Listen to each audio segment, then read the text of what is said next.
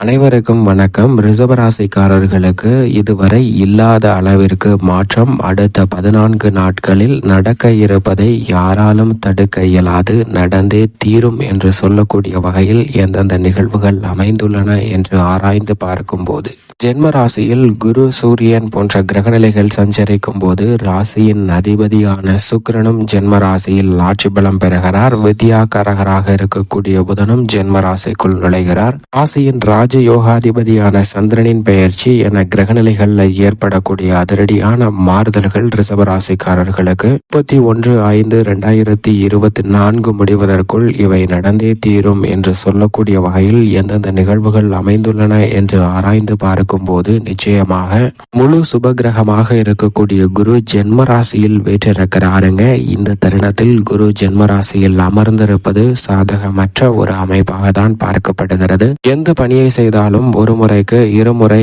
யோசித்து செய்ய வேண்டிய தருணமாக பார்க்கப்படுகிறது என்பதை ஜென்மராசியில் வீற்றிருக்கக்கூடிய குரு உறுதிப்படுத்துகிறாருங்க. இருப்பினும் குரு பார்க்கின் கோடி நன்மை என்று சொல்லக்கூடிய வகையில் குருவின் சுப பார்வை 5, 7, 9 ஆகிய இடங்களில் கிடைக்கிறது. கலஸ்தரஸ்தானம் வலுவாக மாறுவதால் திருமணம், புத்திர பாக்கியம் உள்ளிட்ட பல நன்மைகள் உங்களை தேடி வருவதற்கான யோகம் உண்டு. பாக்கியஸ்தானமும் வலுப்பெறுவதால் திட்டமிட்ட பணிகள்ல காரிய வெற்றி நிச்சயமாக கிடைக்கும். பூர்வ புண்ணியஸ்தானத்தையும் வலுப்படுத்துகிறாருங்க. எனவே இந்த தருணத்தில் நீங்கள் எதிர்பார்க்கக்கூடிய குடும்ப ரீதியான பிரச்சனைகள் விலகி ஒற்றுமை பிறக்கக்கூடிய இனிமையான தருணமாக பார்க்கப்படுகிறது. கணவன் மனைவிக்கிடையே அன்பும் அந்யோன்யமும் அதிகரிப்பதற்கான சாத்தியக்கூறுகள் உண்டு. இருப்பினும் குரு ஜென்மராசியில் சஞ்சரிப்பதால் சில மந்தமான சூழ்நிலைகள் நிலவலாங்க.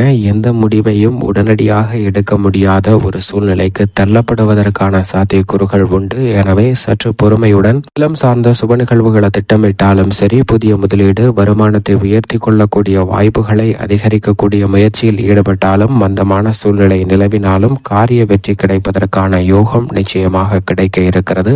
ராசியின் அதிபதியான சுக்கிரனுக்கு நட்பு கிரகமாக இருக்கக்கூடிய சனி 9 மற்றும் 10ஆம் இடத்தின் அதிபதியாக இருக்கிறார். அவர் 10இல் ஆட்சி பலம் பெற்று வலுவாக சஞ்சரிக்கிறாருங்க.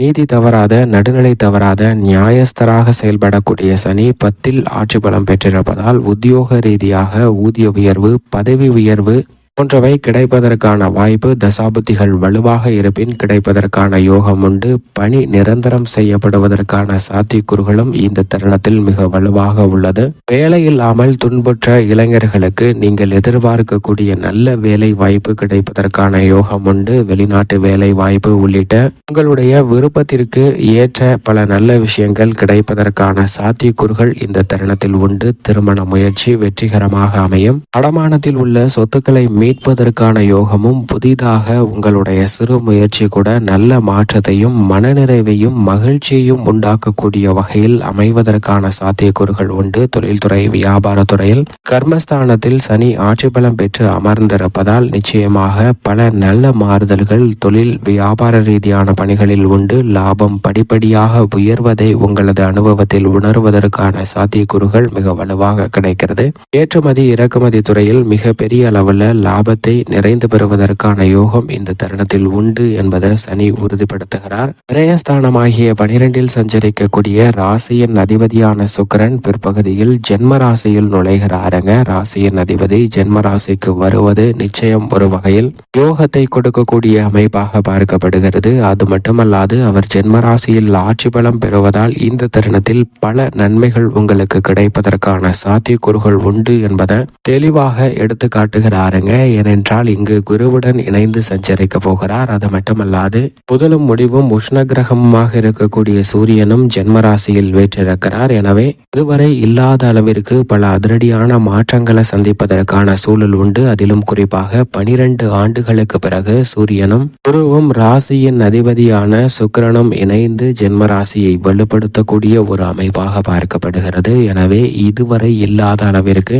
மிக பெரிய அளவில் மாற்றத்தை சந்திப்பதற்கான கிடைப்பதற்கான சூழல் நிச்சயமாக கிடைக்க இருக்கிறது என்பதில் சந்தேகமே இல்லை. உங்களுடைய எண்ணமும் செயலும் நேர்மறையாக இருந்தால் நிச்சயமாக நேர்மறையான வளர்ச்சி கிடைப்பதற்கான வாய்ப்பு உண்டு. ஆனால் அதே விஷயம் எதிர்மறையாக அமையும் போது சில தடுமாற்றத்தையும் சிக்கலையும் சந்திப்பதற்கான சூழல் ரிஷபராசிக்காரர்களுக்கு உண்டு என்பதை உணர்ந்து செயல்படுங்க. இந்த தருணத்தில் மிக பெரிய அளவில் அரசியல் சார்ந்த பணிகளில் மாற்றத்தையும் மக்கள் மத்தியில் மிக பெரிய அளவில் முன்னேற்றத்தையும் விளைவதற்கான சாத்தியக்கூறுகள் மிகவும் அதீதமாக கிடைக்கிறது. எனவே மிக பெரிய மாறுதல் இந்த தருணத்தில் வலுவாக கிடைப்பதற்கான சூழல் நிச்சயமாக உண்டு. வித்யாகாரகராக இருக்கக்கூடிய புதன் ஸ்தானத்தில் வலுப்பெற்று முற்பகுதியில் சஞ்சரிக்கிறார். பிற்பகுதியில் ஜென்ம ராசியில் வந்து இணைகிறாருங்க. வித்யாகாரகரான புதன் ஜென்ம ராசிக்கு வருவது ஒரு வகையில அதிர்ஷ்டத்தையும் யோகத்தையும் ஏற்படுத்தி கொடுக்கக்கூடிய அமைப்பாக பார்க்கப்படுகிறது. எனவே இந்த தருணத்தில் பல தடைகள் விலகுவதற்கான சூழல் உண்டு. குரு பகவானுடன் இணைவது மட்டுமல்லாது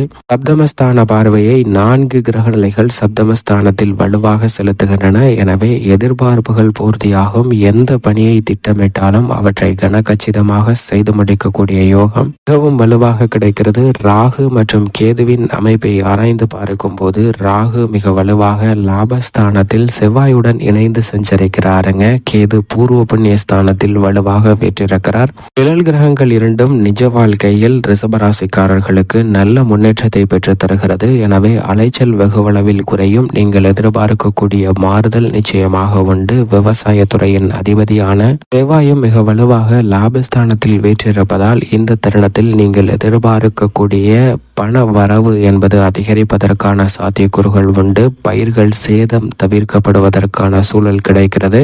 விளைச்சலும் வருமானமும் இரட்டிப்பாக கூடிய யோகம் இந்த தருணத்தில் மிக வலுவாக கிடைக்க போகிறது. திட்டமிட்டபடி விவசாயம் சார்ந்த பணிகளை கனகச்சிதமாக செய்து முடிக்கக்கூடிய வாய்ப்பும் யோகமும் இந்த தருணத்தில் அபரிவிதமாக கிடைக்கிறது.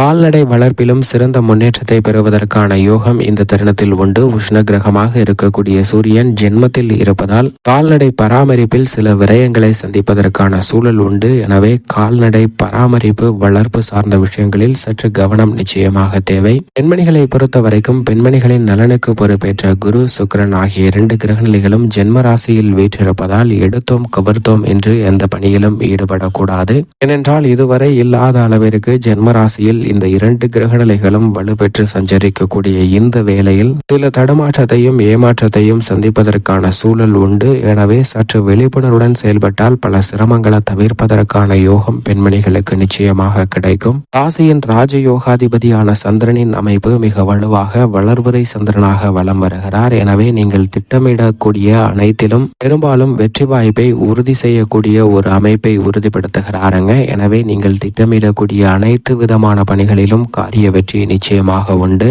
சந்திரனின் இணைவு காரணமாக பல அதிரடியான மாற்றங்களை சந்திப்பதற்கான சூழலும் இந்த தருணத்தில் மிக வலுவாக கிடைக்க போகிறது என்பதை தெளிவாக உறுதிப்படுத்துகின்றன கிரகநிலைகள். மேலும் சாதகமாக ரிஷபராசிக்காரர்கள் மாற்றிக்கொள்வதற்கு நிச்சயமாக இந்த 14 நாட்களில் ஒருமுறை குலதெய்வ வழிபாட்டை மேற்கொள்ளுங்கள். குலதெய்வ வழிபாட்டை மேற்கொள்வதால் தங்களுடைய வாழ்வில் ஏற்படக்கூடிய தடைகள் விலகி சுபிட்சமும் மகிழ்ச்சியும் நிறைந்து கிடைப்பதற்கான யோகம் நிச்சயமாக கிடைக்கும்.